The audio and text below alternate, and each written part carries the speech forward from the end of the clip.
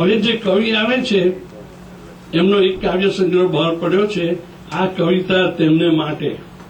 અમેરિકાના તથા ભારતના વિવિધ સામયિકોમાં એમના કાવ્યોનું પ્રકાશન થાય છે અને તેમની કૃતિઓમાં આનંદનો, જીવનને પ્યાર કરવાનો અને આધુનિક કવિતાનો અંદાજ છે.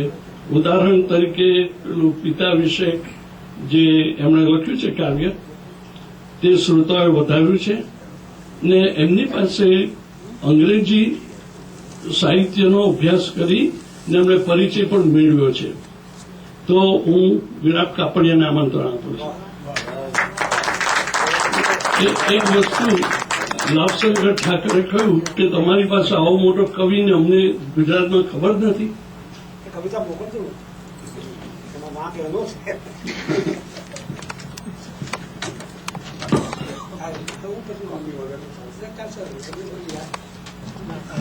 બીજું છે હા, પણ ભલે પછી એ પૂછતા જશું ને. હા, બસ. શીર્ષક પ્રેમ રંગીત તરંગીનું શ્વાન ગીત.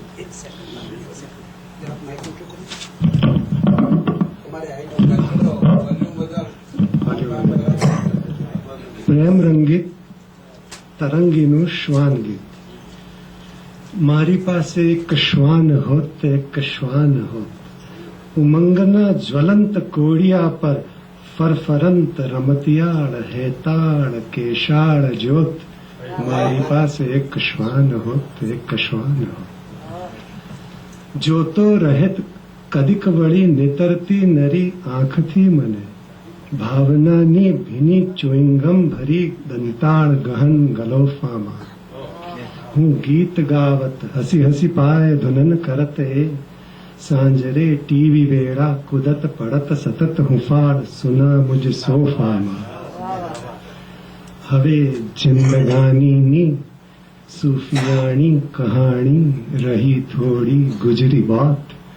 મારી પાસે એક શ્વાન હોત, એક શ્વાન હોત, આમ કરતે તેમ કરતે કામ કરત કંઈ અચંબાના, મારા મનોનગરમાં મોટું નામ કરતે, થાત વિખ્યાત ત્યાં વડો, જવા વેળા જ આણી આપત નિયત પગરખામ.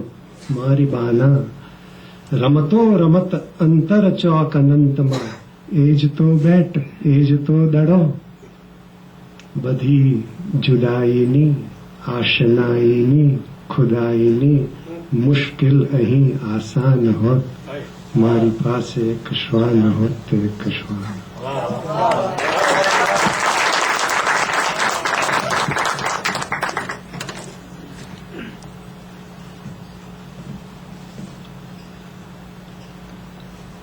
પારસીઓનું નાટકમાં તો બહુ જ મોટું કોન્ટ્રીબ્યુશન છે. ગુજરાતી નાટક પ્રારંભાયું તો પારસીઓ દ્વારા જ, અને એ મંડળીઓ એ ગુજરાતીમાં કેટલા બધા નાટકો કરેલા, પારસી ગુજરાતીમાં કરેલા. પણ થોડા કવિઓ પણ મલબારીથી માંડી ઘણા બધા, જેને આપણે ખબરદાર જેવડો મોટો કવિ, દર્શનિકા જેવું મોટું લાંબુ કાવ્ય જેને લખ્યું એ ખબરદાર. તો વિરાપ કે જગદીશ ક્રિશ્ચન કે આ બધા આપણી ભાષામાં, આપણી ભાષાના છે એટલે આપણી ભાષામાં લખે છે, એનો મહિમા છે. આવો ભાભી બિસ્મિલ્લાહ.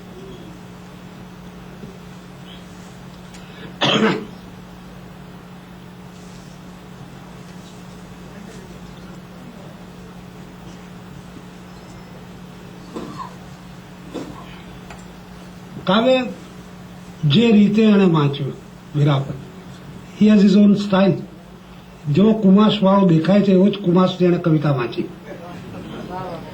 મારી પાસે એક શ્વાન હોત, એક શ્વાન હોત, ઉમંગના જ્વલંત કોડિયા પર ફરફરંત રમતિયા હેતાળ કેશાળ જ્યોત. મારી પાસે એક શ્વાન હોત, એક શ્વાન હોત. ક્યાં વાત હે, સરસ છે. જોતો રહેત કદીક વળી નીતરતી નરી આંખથી મને, ભાવનાની ભીની ચ્યુઇંગમ ભરી દંતાળ ગહન ગલોફામાં. હું ગીત ગાવત હસી હસી પાય ધૂનન કરત એ, અને સાંજરે ટીવી વેળા કુદત પડત સતત હુંવાળા સુના મુજ સોફામાં. તો એને બધું સહજ છે, પણ આ મુજ શું કરાય મને નથી ખબર પડતી, કારણ કે જરૂર નથી મુજની, ખરું ને?